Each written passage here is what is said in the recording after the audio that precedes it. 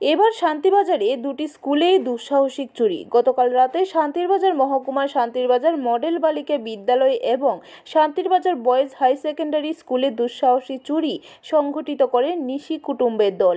সকালবেলা শিক্ষকেরা যখন প্রাতঃবিভাগে শান্তিরবাজার বালিকা বিদ্যালয়ে আসেন, তখন তারা দেখতে পান বিদ্যালয়ের মেন গেটের সঙ্গে ছোট গেটের দরজার তালা ভাঙা অবস্থায়।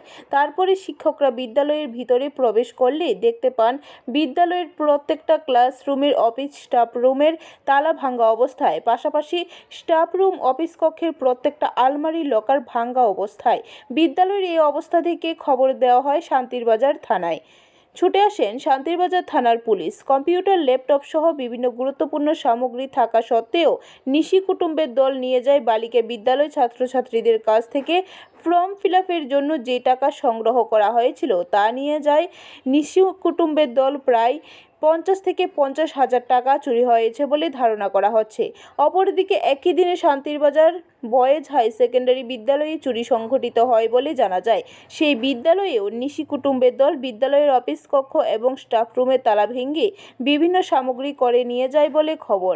শান্তিরবাজার জনবহুল এলাকায় এই বিদ্যালয় দুটি থাকা সত্ত্বেও একই দিনে এই ধরনের দুঃসাহসিক চুরির ঘটনাকে কেন্দ্র করে তদন্তে নেমেছে শান্তিরবাজার থানার পুলিশ। সকালবেলা যখন আমাদের প্রাতঃবিভাগের শিক্ষকরা বিদ্যালয়ে আসেন, তখন দেখতে পান বিদ্যালয়ের মেইন গেটের পাশে আমাদের যে ছোট গেটটা রয়েছে সেই গেটের তালা ভাঙা।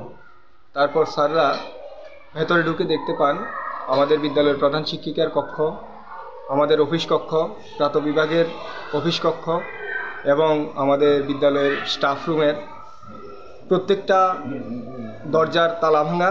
সেই সাথে অফিস রুমগুলোতে প্রত্যেকটা রুমগুলোতে আমাদের যে আলমারিগুলো রয়েছে প্রত্যেকটা আলমারির লকার ভাঙা, প্রায় শতাধিক হতে পারে। ব্যুরো রিপোর্ট, খবর ত্রিপুরা।